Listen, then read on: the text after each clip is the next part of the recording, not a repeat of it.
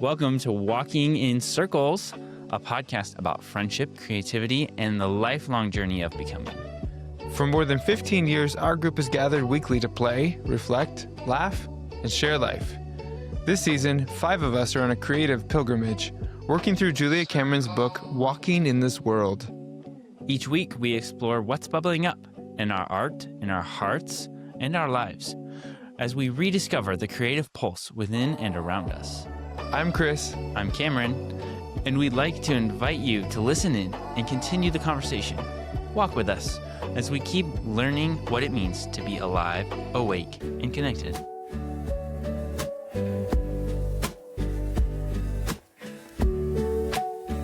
As we explore week 2 of Julia Cameron's Walking in This World, our conversation leads us beyond the themes of creativity into self-care, family dynamics, personal growth, and all kinds of sidetracked conversations along the way. So thanks for joining us from our hearts to yours. We're ready. Let's begin. All right. Well then, the first thing I wanted to do today, I'll just preface by saying I brought the book tonight. There will be a test. I got my answers, my notes. I brought the book because once we get into the next 3 chapters for me, there are things that she's saying that I'm like, This chapter 2 is they full. hit a little bit close to home for me. But before we jump into that, I wanted to start by reading my creativity contract because that might be good to revisit some of the agreements that are in there. Whatever version you wrote is my creativity contract. You can keep yours in your mind. I commit myself to the regular use of the 3 basic tools. For the duration of this course, I will write morning pages, take artist dates, and weekly walks. Additionally, I commit myself to excellent self-care, adequate sleep, good food, and gentle companionship. How's everybody feel revisiting that? Just stir up some emotions. Yeah, right? How many times have you done it? Well, for me, I just think initially breach the what's it called? Gentle companionship. My trip to see my grandma and my uncle was rough. I didn't expect all of it, but that's okay. I don't see my uncle very often, but as I remember, the last 6 years ago when I last saw him, I was like, oh yeah, it's a little rough around the This edges. is what it's like. Yeah. It's not gentle. I've never made a contract with myself to provide for myself gentle companionship. Mm-hmm. But it seems like a good idea. Yeah. Generally. I don't know exactly how to do it sometimes, but it seems like we should already be doing that or something. I don't know if I've made that contract. It seems sort of natural to me. Mm-hmm. Do you guys not like... No. No? You guys are masochists? What? Well, I'm just thinking you've done for years what I'm just starting to do now. I'm working and living with the people you want to work with. Yeah. And living with those people. School doesn't help. School, you're told what to do, and it's this or that. Or working. You have no option, kind of thing. Yeah, That's how I feel like. You're better at saying no to things, and so That's true. You're like, no.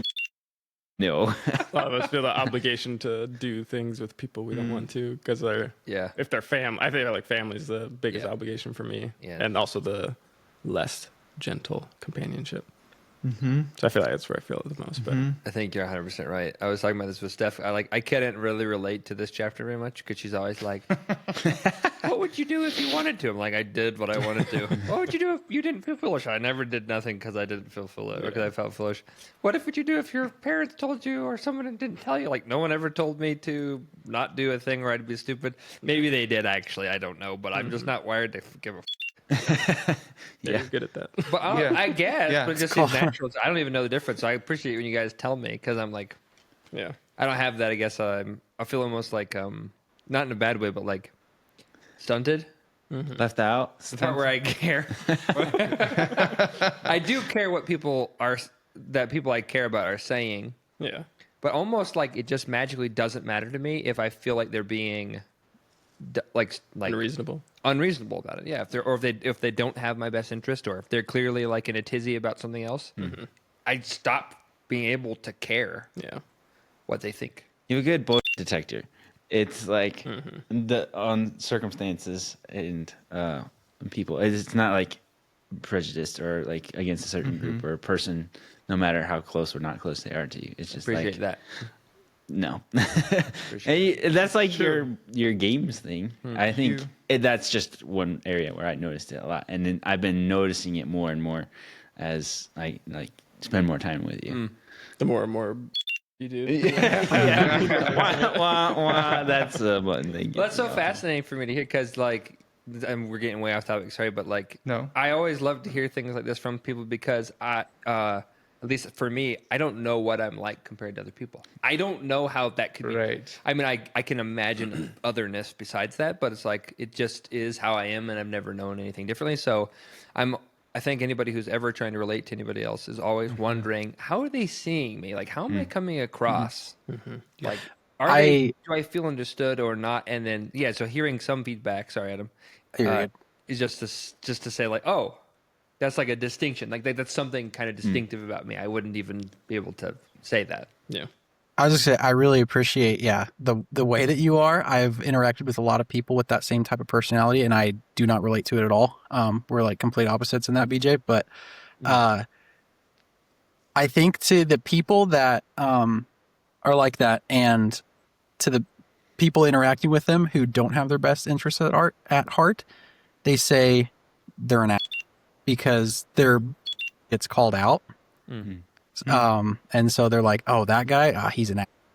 Brett, he's an ass. Right. It's like, well, it's probably because you were just interacting with him in a way that he didn't like and whatever. But I feel like I've seen those people, like I've interacted with a few of those types of people, and like they're just like, I don't know, if you're real with them, they're real back. So sure. I do have a quick question.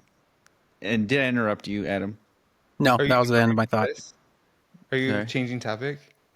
Before you do, I just want to say I think this is really, really interesting when you get to this point where you're having that kind of you're having the discussions about the interior scape of people. Because yes, I think that's right. Also, you're saying you don't relate to anything in this chapter. We grew up in the same house, same family, same culture as almost as much as you can. We've been close for a long time as siblings. And my experience is like polar opposite to you. As I hear you saying it, it's like everything in this chapter, I would just read and be like, oh, that's all I can say. It's like I lost all ability to like think or communicate because it's just like, someone is seeing me. This is what I have done, and I have seen myself do over and over and over. And also interesting about what you're saying, Adam, is you're saying you have an opposite experience. I, from the outside, have known you both for years. I would think that you and Brett would be similar. Yeah. The presenting this is what I think, like the Enneagram is a sort of an interesting thing because it's not really concerned with the presentation to the world. It's all about motivation, and no one can tell you what you are, and the test can give you an idea, but you're supposed to really dig in and read the motivation. That kind of a thing is really interesting to me because you present so similarly to Brett. I would think you don't give a but the interior experience is so different. So go ahead, Cameron. Yeah, I had a quick question for you, Brett.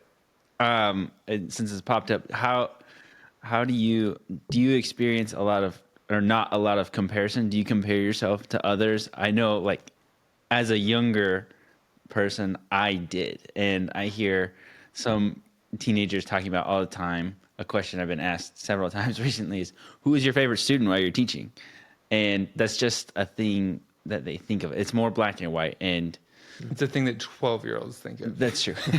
My daughter keeps asking you over and over. Well, not just her, but I also think of the kids when they're watching a show. It's like, oh, are they good or bad? When they see a new character, just like in Star Wars, since I'd seen it, and they have to divide it so quickly, and it's what their brain's doing right now. It's sorting into right and wrong, good and bad, and they want the answers. They're a little impatient because I'm like, just watch. You just been introduced to this character. But my question is more like how, even in my subconscious, I feel like I have this tendency to to sort or to compare, at least minimally. And I hear like some of what she's saying is to stop doing that, to instead of resizing, just you're focusing on myself. I'm focusing on myself. My job is to discover who I am there. Do you have you in the past had trouble with that at all, like comparison? That's a good question. I think it's fair to say I've had trouble some, but by my estimation from what I've seen from the people, not nearly as much as many people do. Yeah. I think for a couple of reasons. A, to go back to what you were saying a second ago, like in the big five, I'm like 99th percentile for openness. So I tend to be more accepting of the way it is, Sure. I think, than a lot of people are. And I don't have a hard time accepting that somebody is doing a thing, and I don't have a hard time accepting that I'm doing this thing, or like fitting or not fitting. Like, part of me is I just don't have, I don't know exactly what it is. That concern for that doesn't fit in my brain or in my body. I can't feel it. As soon as it comes in, I think this is something I can't hold on to. I don't know how to hold it. So I just put it down. Sure. I don't know how I'm supposed to care or give a Yeah. why. It's not something that's related to you. You I can't mean, control what it. am I supposed to do with it? I don't understand. The only thing I know what to do is to do what I want to do. Just do your thing. I never even had a second where I would ask somebody permission to be something or do something. Never would have crossed my mind. I'm just interested in it. Sure. Now, somebody might say, like, you can't do that or this, whatever, post facto after I do it, but... Sure, and you don't have, like, a big controlling factor. Like, you don't care to control the situation or the person and their response to you. I don't want to control. I don't want to be controlled, and I don't want to control. Yeah. I want to be autonomous myself, but I don't want to control anybody else or be controlled. The other thing about it is that I never have, I think it goes with the openness, I never have rushed to oversimplify or to try to, like, reduce something down. So I always assume, and I don't know how long I've been this way, if this is like inherited or just something I've learned, but like I always just assume the way someone else is just the tip of the iceberg. Like what I'm seeing is just the tip of the iceberg, what they're like or what they're thinking, or in this moment that they're dynamic one moment ago to the next moment. Like even what they are in this moment, I'm only seeing a tiny thing. So I never feel like there's anything to compare against. I don't have any knowledge to compare against. What would I even be comparing against? To me, in my really logical sort of computer brain, I'm thinking insufficient data. Yeah. No background context. Yeah, just like it would be nonsense. The only thing I could actually be making a judgment about would be something based on something that's in me already. It's not there. It's not objective. Yeah. So that's just for me, just a stage for my neuroticism, my paranoia, my ego that wants to like feel better than them. And like certainly we all like engage in that sometimes, but I'm aware in my analytical mind that that's very likely all that's happening when I'm making that comparison. And so again, instantly, as soon as I know that, it doesn't stick on me anymore. Like I can't believe it anymore. I just don't. It, like for anybody else who's not saying something I believe is in my best interest, the same thing with that voice in me. I believe that's not credible, and so now it doesn't really stick to me most of the time. Now there's like exceptions because I think you have some lower level trauma connections sometimes where it doesn't. Sure. It sticks and shakes out differently than like some other things, but just generally like no, I haven't really compared myself much. Yeah. I do wonder sometimes. I think on an ego level, like I'm like pretty interested in myself. I'm kind of interesting how I measure up to other people or whatever. But I just don't have the budget of care to care about that. You know. Yeah, that's low budget, like just low resource. A lot. I can't allot any resources to that. I can see when you're asking the first question, like blink, blink, blink, blink, is Brett's like not quite computing. I'm going to translate this question because I haven't experienced it in the way that I think you have to something that's onto my life. Yeah. Like, I don't know. For me, there's just, like I said, I had that period where I was always comparing myself, and I have so many insecurities or people have told me what I should be or whatever for so long, and I stick and hold on to things like that a lot. One being like coachability, which is like a good trait in like most things, and sports specifically, which I did and excelled at because I was a good learner and coachable. But the thing is, like, I take so much stock in all the things I'm told. So it's like sometimes hard for me to shake. And then I like have strong opinions for a while until I really break down and think about it, or have to understand it in a real way instead of just operating like a computer. Like, oh, I was told this. Like literally, I remember this happening when I was in basketball in junior high. Every time I made a turnover or I made a decision or something wrong happened, I would look to the coach and be like, "What are you going to tell me? What did I do? What did I mess up? Yeah. What should I do different?" Because it was so set, like a set play. That's how I learned the game, and it was like, okay, so if this happens, do this. If this happens, do that. There's just so many options that I could know what to do based on the context and circumstances that could happen. But when it didn't and I messed up, I'm like, okay, I didn't have it. And so that going along with like socially, like getting bits of information, that's kind of how I learned during the adolescent years, which makes it like, that's really an influential time when you're becoming yourself and myself. And so I feel like at that point, that may be why I was comparing myself and didn't always work in my best interest. And so now I'm learning to like let go and think more critically. And that's just being an adult too. Yeah. But it seems developmentally appropriate to some degree. I do think though it's a little unfortunate because the people, I don't know why, but it seems like people are more willing to give you criticism and guidance, which correction. Sure. Which how you take that can vary on the tone. Like, am I failing and that's why you're telling me, or are you trying to just help me flourish? Like, I guess it could be taken either way. But sometimes it it's seems both. like people are less affirming than they are correcting. At least they were in like most of the environments I've been in. So I want to say to you, I would like to apologize because one of the things that, because I'm not externally influenced that way, very, very much, I don't really require anybody to tell me, hey, I love it when people tell me like, you're doing great or you're like this, whatever. I'm so fascinated to hear what you're saying. But because I don't like require that for guidance, I don't give that either. So I probably have never told you anything good about yourself or anything that I think is awesome. But there's a ton of things. Sure. But I probably never share that. And so you probably like, many people probably find me to be like sort of robotic and like, I don't know what they think because I don't offer that kind of things to people because I don't look for that for myself, you know? Yeah. I get it from you in a different way. It's more of like, oh, I really have like it's in your own interest and intrigue, like you said. Yeah.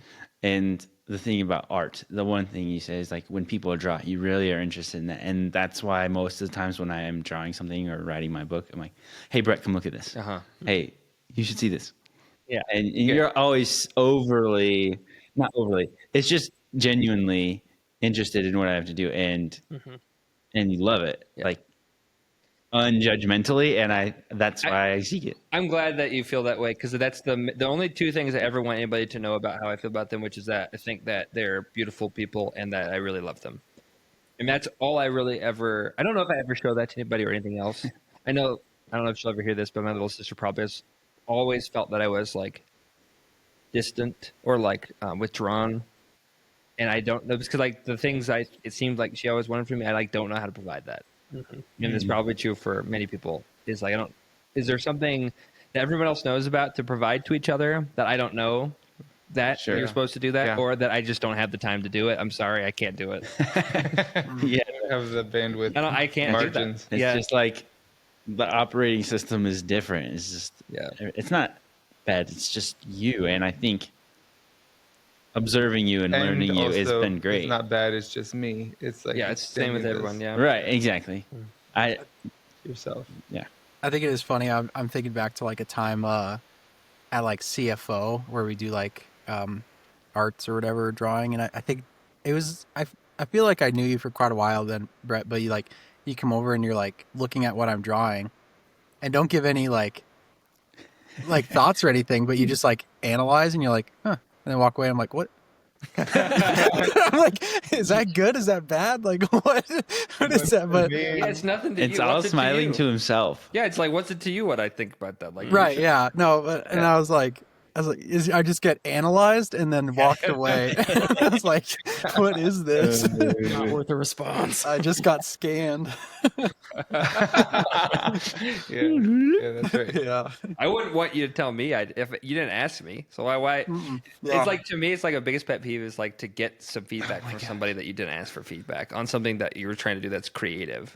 Right. But at the same time, we're doing creative shit together in the same space, so other people can look at it and get what they want out of it. But that's not my business. That's kind of how I feel about it. That's like the thing I'm saying, though. It's like we're so judgy. It's a thing that's in the art world, and especially in some circumstances where it's kind of in the world. So it's like everyone's thinking, what are you drawing? Is it good? Is it something that works for us? And are we gonna are we gonna take good things out of this? Categorize it again. Yeah, good, yeah. bad, And useful, not it's useful. kind of in that large setting. In my mind, it's like it has to be kind of the stereotypical things that are good or hard. It's like if you have something dark or a little bit odd, it's not going to be received like the butterfly is, and it's so interesting. That's interesting. That has a direct tie to something she said in this chapter. She talked about feeling like you're the odd one in the family, and I just was curious. I see heads nodding. I was going to ask, do you resonate with that at all? I'm just curious. Do you ever feel like in your family or in a group or a place that you've been situated, do you feel like the odd one out? Yes, I don't know if I would, like, from my family's perspective, find me the odd one out, or even anyone in life either. But I find myself the odd one out in my practice, in my way of thinking. And I can see how my family all thinks similarly or from the same background and, like, use it that way. And obviously I have some of those same things. But I think the way I go about doing things is significantly different than most of my family. And that may not be true. And I think from the outside, my younger sister would be more of that odd person. But I think she just had a lot of artistic energy in her and was the first one to diverge from, like, the typical. And so she would get there. So I don't know if I'm actually the odd one out. I mean, we all can be the odd one out at some point or in different ways, but I do it that way. Specifically, as artists, we are often in the ugly duckling position. We have been born into families that regard us as odd, and we come to regard ourselves that way. And then says, sometimes it's not our families, sometimes our families are supportive, but the culture as a whole is not. And I think a key turn on that one is we all can feel other at some points, and we come to regard ourselves that way. I wonder, just asking you, quick reflection, I guess, on the spot, do you regard yourself as sort of other in some of those circles where you are?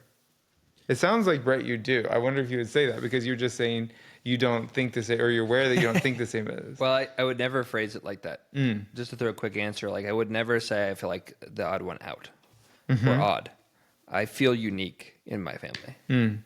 But I don't feel like the only one who's unique. I definitely feel other, but I feel it with everyone. I do feel unique in the world. I don't know a lot of people who I feel like that's a really kindred spirit who's just like very similar to me.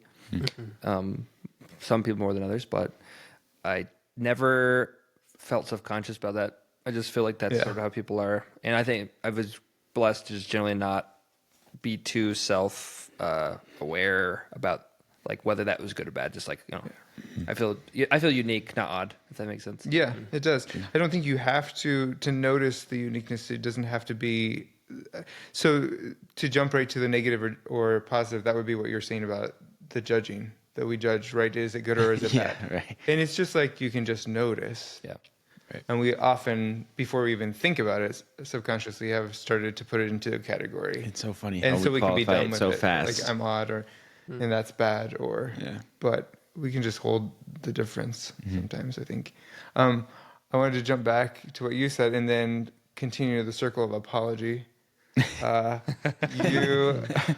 Wait, am I apologizing for something? Yeah, I would like you to apologize to me. What did I do? Crap. No. That's his thing.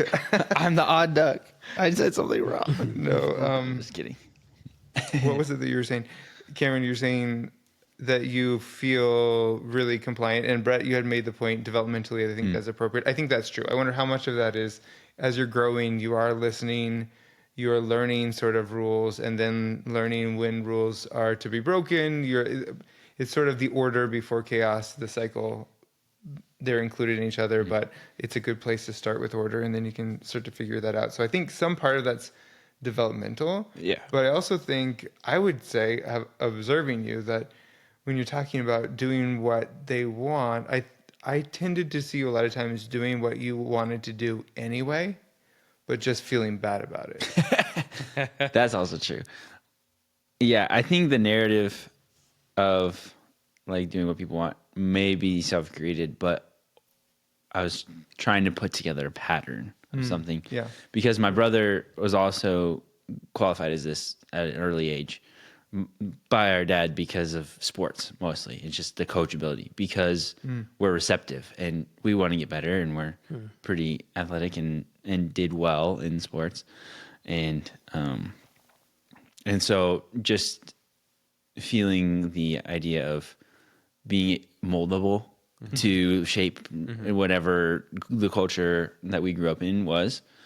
And for a while I could see we were very, just to put it in like a general area, we were very evangelically molded into the correct people for a while. And like, Correct people. I think, yeah, like where we would live the good way or the good life or whatever. My brother, I think, is still living that a while and fighting it like I was for a long time. And once we got into starting reading Richard Rohr and other things and going to college, I think was really good for me because that's kind of when I hit it, like right at the second semester of my freshman year, being hugely mind blown and expanded by honestly just theology classes and science and just everything about it. I was like, oh, this is where I get to choose, and I don't choose to believe that. And I've always had a problem with that. And so like, okay, I've taken in so much now. And so now I'm going to start picking and choosing what I want to do. And I'm going to go like that. Yeah. Yeah. And that's what I was kind of hearing from that time is like, definitely you've been built, then it's the the deconstruction metaphor that maybe isn't always helpful, but it was for me in the sense like I was so formed and then I was broken down in a good, safe place in college and close and also kind of isolated, which maybe helped. But then I could shape it back in the way I wanted and kind of move from there. Which is why I'm not in the career that I studied in kind of the pathway that is typical and my family might have seen as stable. And so, but I like it. And that's why I'm doing it. And I think the artist's way and the walking in the world is like, this is a good book for me because it's the way I want to operate in life. Honestly, it's just doing what I want to do and working. I don't know. It's my creative self. I'm, like you said, you're 99th percentile in openness or whatever. I don't remember what test I took, but I was like one of two in the category in the class of futurist thinking. And for me, it's like, I see an end goal really fast and I work backwards. And that's why when you see me coding, I'm like, maybe this will work because I have this in my mind. I'm like, it's going to work. This is like, it's totally formed in my brain. Faith-based act. Yeah. But yeah. And then I work backwards from there. And then I kind of have to meet in the middle because obviously you can't always just work backwards in life. You got to start from where you are.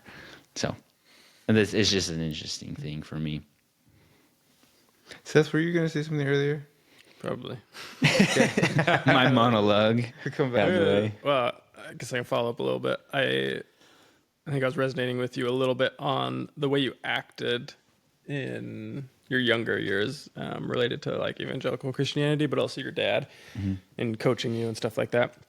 I think I reacted a lot in a similar way, but for different reasons. So I'm curious if you felt similar things as you were acting. But like you would do something wrong in basketball or you would do something wrong in just life. And you would look to your dad or somebody else to respond to tell you, oh, no, when this happens, you do this. And that's just like, it's very like this. But for me, it was like very, very much shame based. And so like I did the thing wrong. And so I'm looking to the authority in my life for like correction, but also for like how are they going to come down on me? And absolutely. Like just feeling like a heavy rock inside me, just Absolutely unable to like think for myself. And so I think as I grew up, just as you grow up, you make decisions for yourself, and I started actually making decisions for myself, knowing that this is not the thing that my dad would want me to do, or the authority figure in my life would want me to do, and but still like feeling that shame pretty heavy. So I don't know if you felt that, or if it was still more the just like play by play kind of thing. Sure. In sports, it was more like, crap, I did this and I could move on. I think that's a healthy thing for me in sports, and why I love the idea of coaching. And when I did get a coach, getting kids to like move on, short kind of memory kind of thing. And because it's just happened, you can't change it now, but you can change what you're going to do and make a better decision in the future, or make a decision to fix it or amend or whatever. But as in life, in that stage, it was like corrosive. It would like eat me from the inside. I guess I felt heavy too, sometimes. And a lot of my decisions after that, when I started making them, they were what I wanted to do. And part of it seemed rebellious to like whatever my dad wanted or something. And I was like, fine, I'm going to do it because that's true.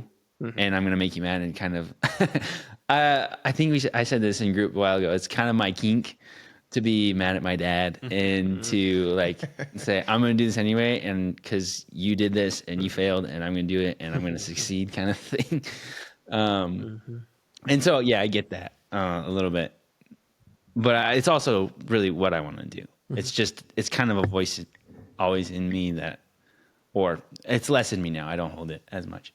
But when I interact with him, it's still that, like, a little poking at, like, is this going to work? Are you going to do this? This is not, like, the great idea. You could be an engineer making a lot of money, and I'm like,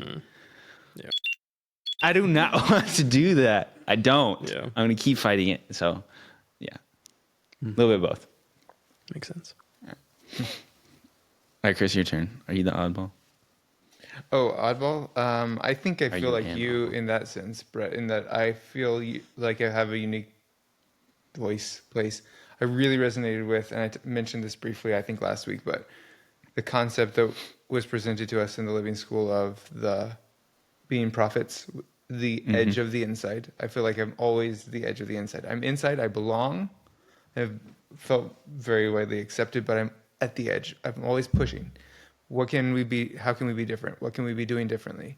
And on the edge of the inside, like kind of seeing everyone's needs and what are we doing to like meet those needs? So I actually, when you were talking about your values and openness, I think naturally have a very big overlap with what you're saying. I'm very naturally open. I want to experience whatever things. I want people to experience whatever things. I want them to be whatever version of themselves they want to be. Very happy with that. Love it. Love seeing who people are. Don't care if it's different from me. All of those things. But I don't. What are the big 5 traits? Do we know them? Agreeableness, openness. What was the first thing you said? Agreeableness. Agreeableness. Right? Yeah, that's right. You were low on agreeableness. Yeah, politeness. Yeah. Pretty low on politeness. So I think I'm very high on openness and almost as high on agreeableness. I can't remember the other. So it's like conscientiousness. Yes, that's what I was thinking of. Maybe they're two different. I can't remember. I'll have to go back and look at that. But Yeah. very, very high on conscientiousness as well. And what? And neuroticism.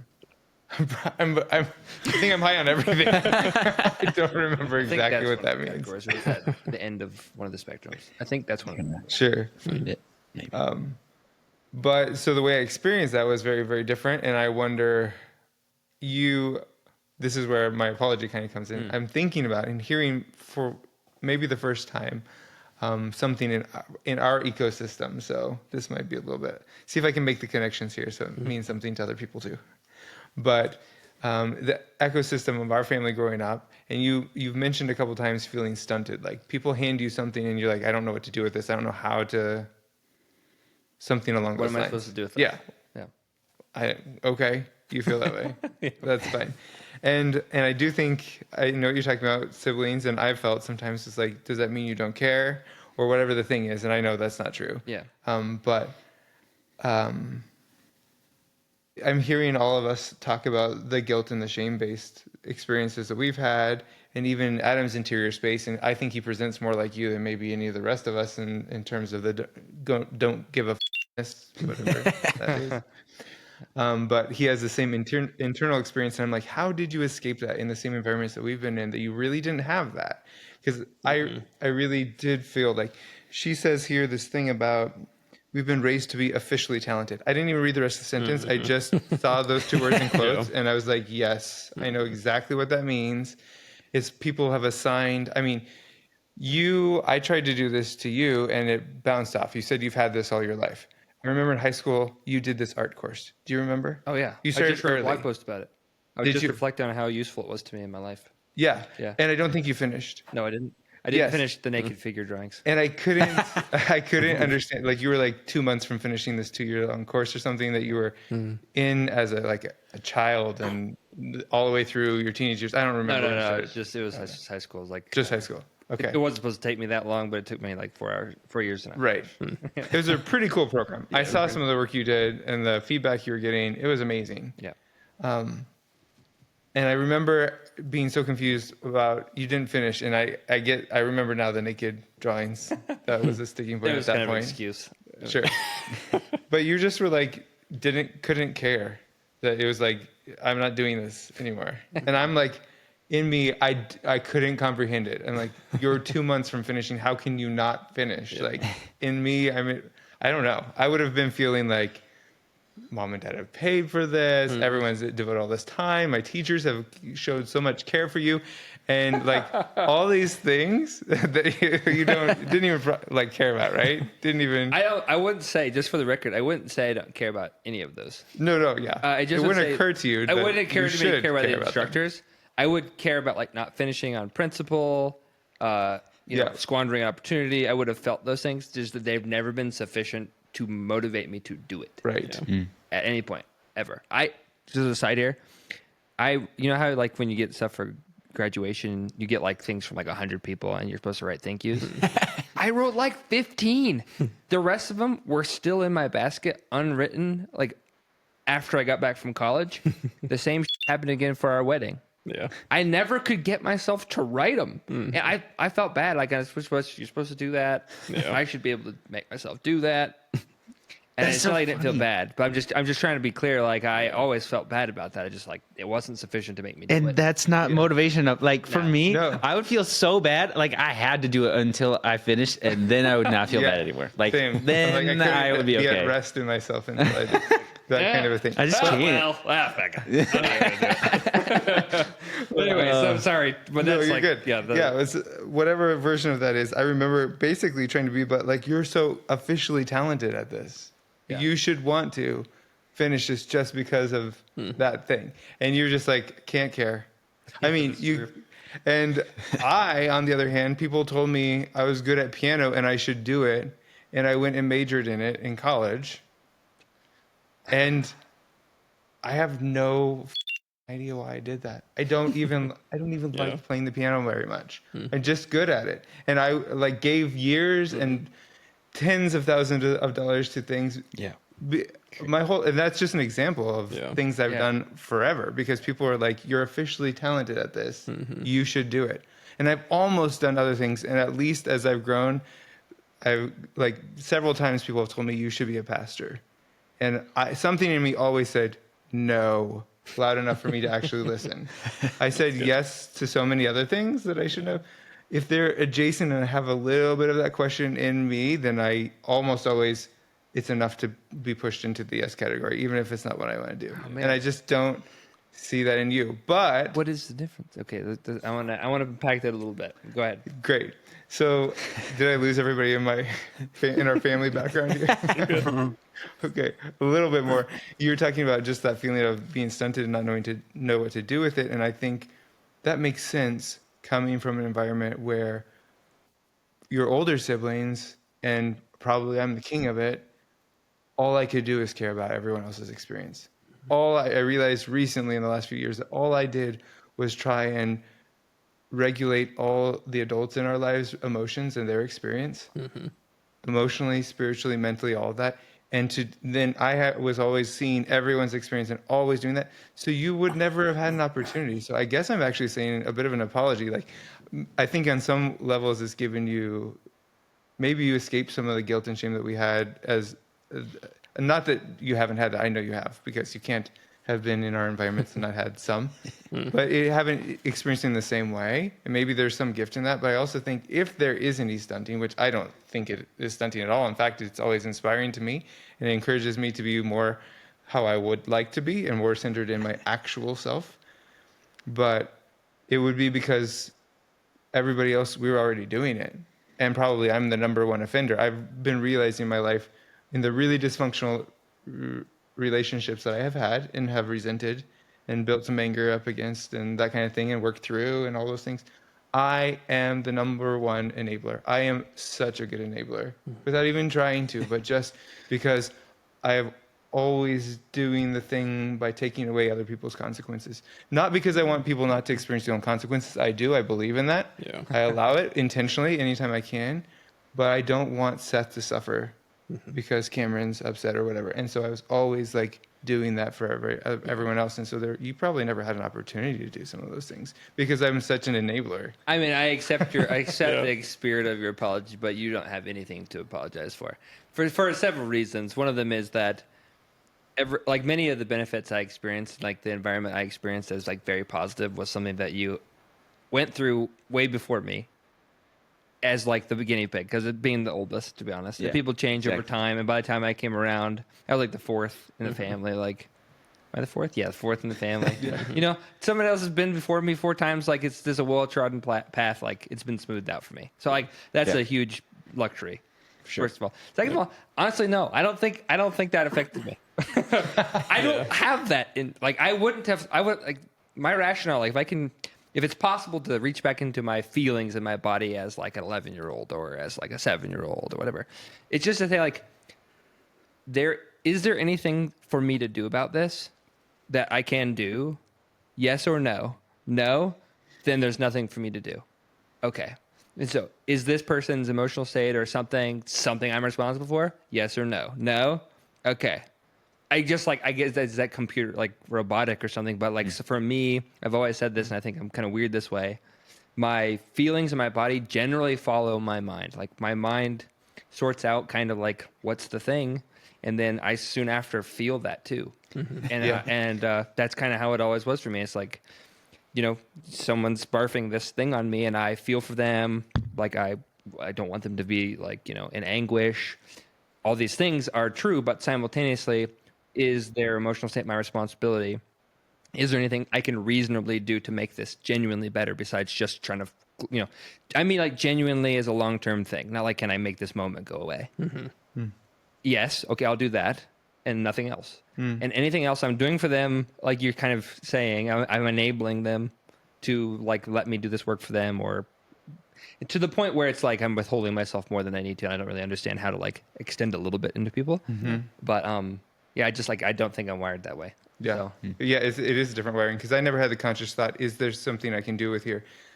There was never a yes or no question like that for me. For me, it was always, what should I be doing about this? Yeah.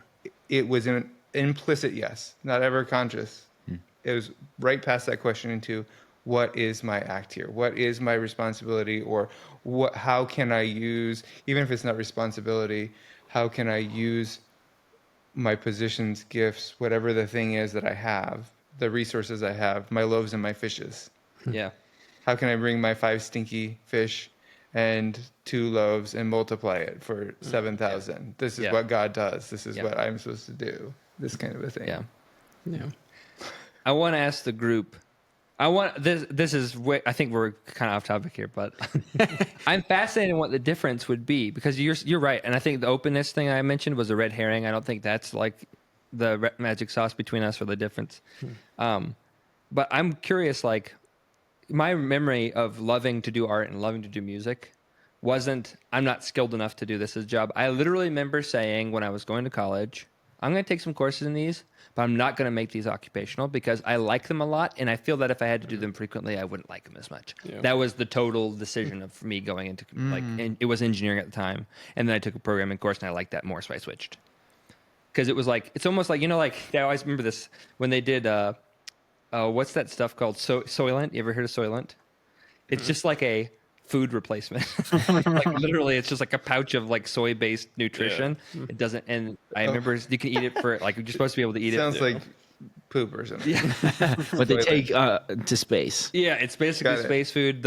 It was stupid. The guy who made it basically was like he hated spending time eating, so he would just like suck down a Soylent for his meal, and that's over. Nice. And the whole idea he said was like it tastes like nothing. It tastes bland. Because I noticed that whenever I did something that tasted good, you can't eat it that much, or else you'll get really, really sick of it. But you don't really get sick of something that is bland. You just don't even think about it. Sure. And that's why I chose engineering. I liked building. I had some propensity for it. That's what I thought when you're guessing what you want to do in high school. Right. Yeah. But that's why I didn't choose art or music specifically because I wanted to keep enjoying them and not make them something I had to do. Anyway, to that, I don't know if anybody ever said you should do this or you shouldn't do that. I literally don't think anybody ever said that to me, but even if they did, I wouldn't have heard it. I certainly didn't invite it.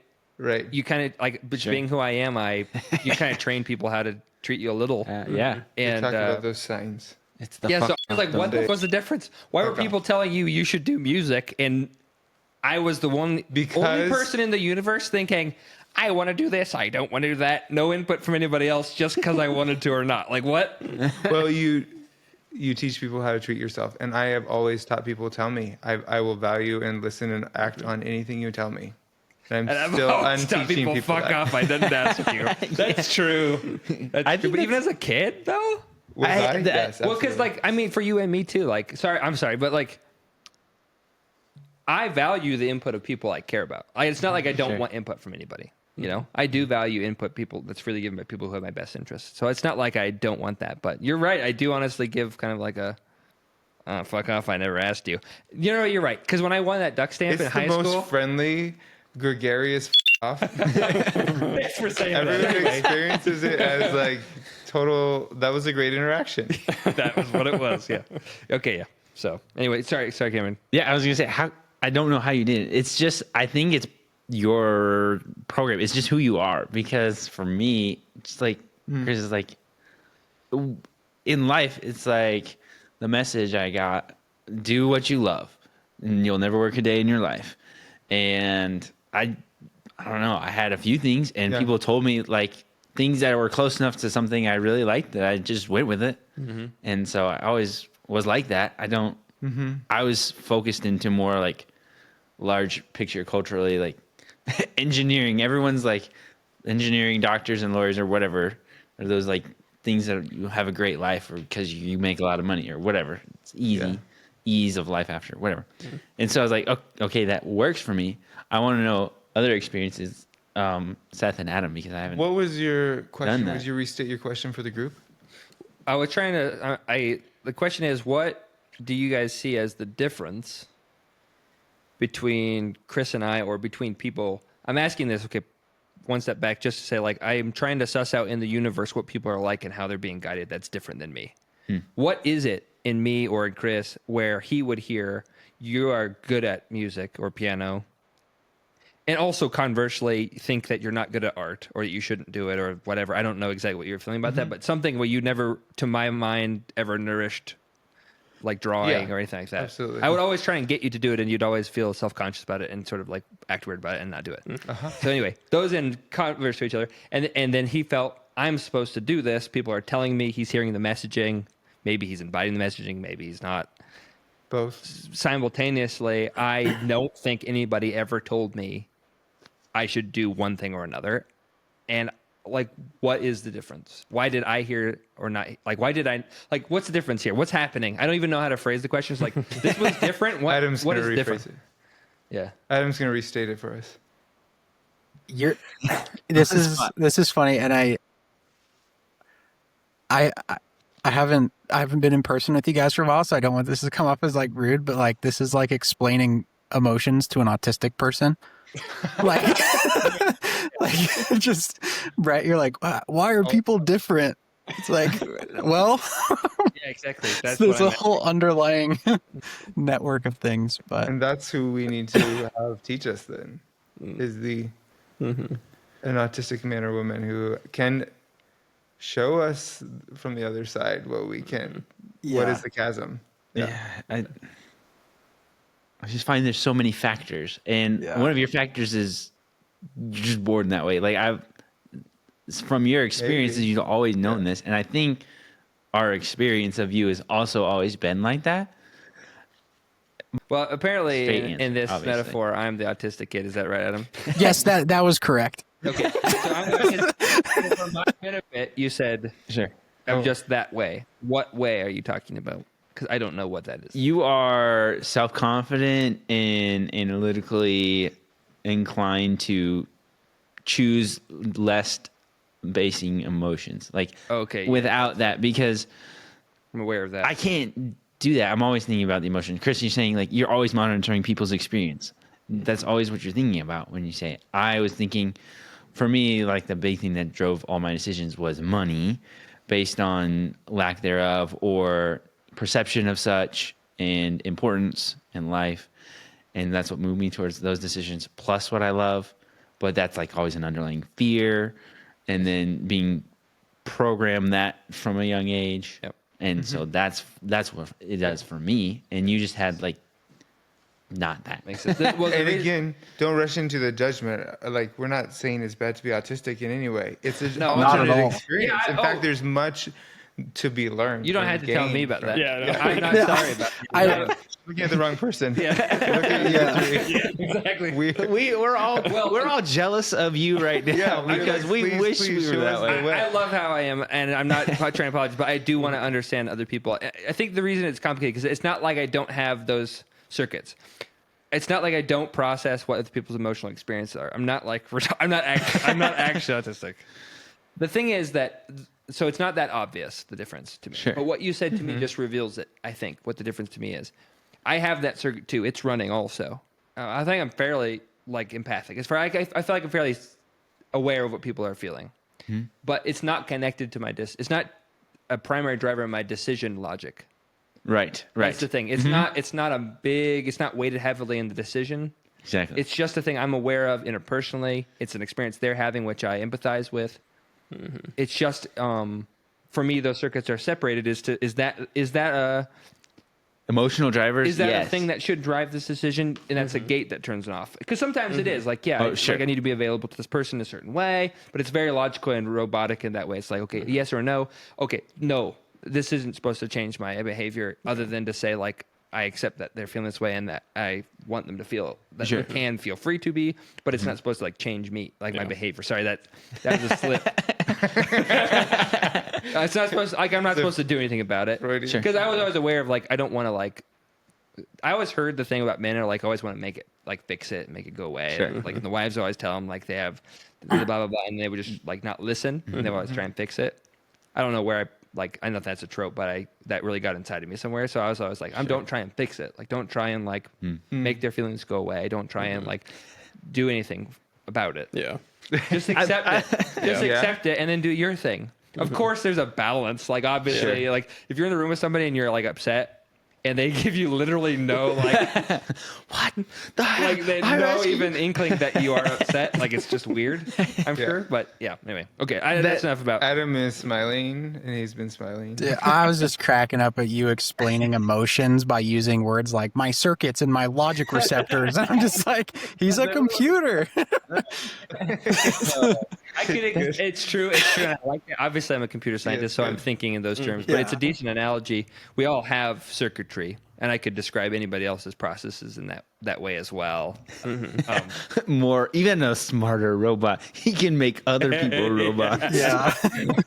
Well, you're just another robot. It's just that your inputs are weighted differently than mine. Yeah. Sure. Right. And different connections are there. See, and he did aren't it there, again. or to different degrees. Yeah. And some of that is interesting as you think about neurology and just pathways. The more you follow that pathway, it strengthens, it widens, Yeah. all these sorts of things that we Yeah. can practice. But just also feeling a little Inception here, noticing that I'm doing right now the thing of like Adam was smiling. I'm checking in with every person's experience here as we go through the thing. But you said I think it's off topic, but I don't think it's off topic. I do want to be conscious. I think we need to kind of wrap it up so everyone can go back to families and stuff. But I think this has exactly been real time, the second section of this chapter where it's all about resizing.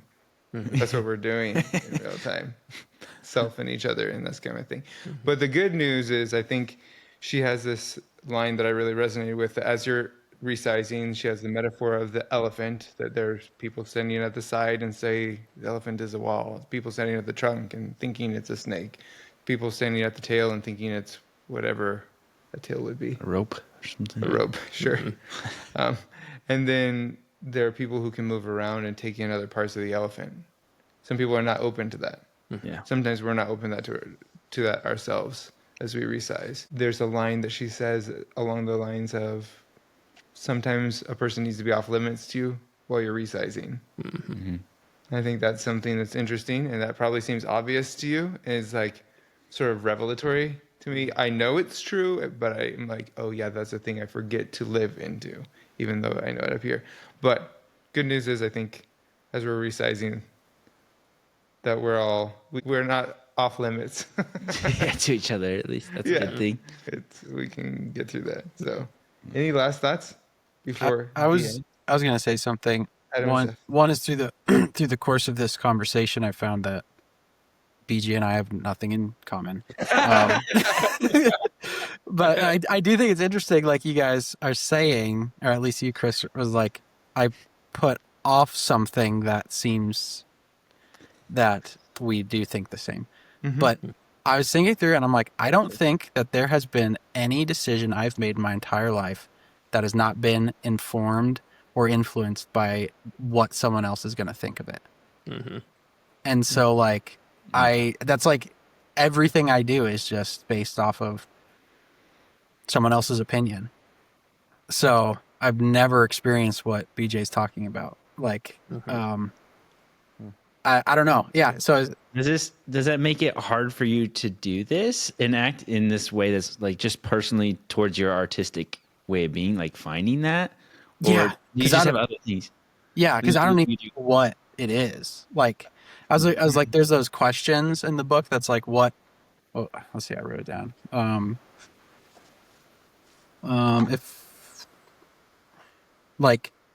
If I had more encouragement, I would have tried blank, or the art form I would explore early would be blank.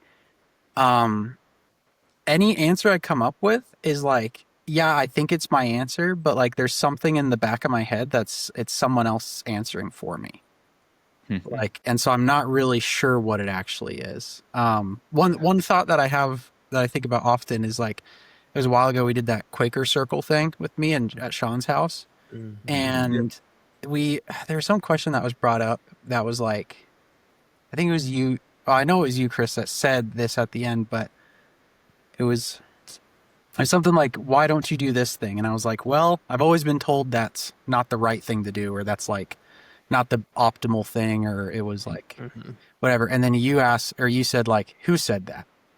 And I'm like, I don't know, actually. I don't think there's any one person or it's just like this cloud of influence of maybe nonverbal things in most cases, but just something that like influences me. And then also, like we were talking about the artist CFO, like I draw stuff or I do art, and it's like, I'm like, oh, I want to draw this. This is interesting to me. There's always something in the back of my head that's like, and someone is going to like it. And I'm doing this because someone is going to think this is cool or something. Like there's always like a secondary reason, and it's for something or someone else.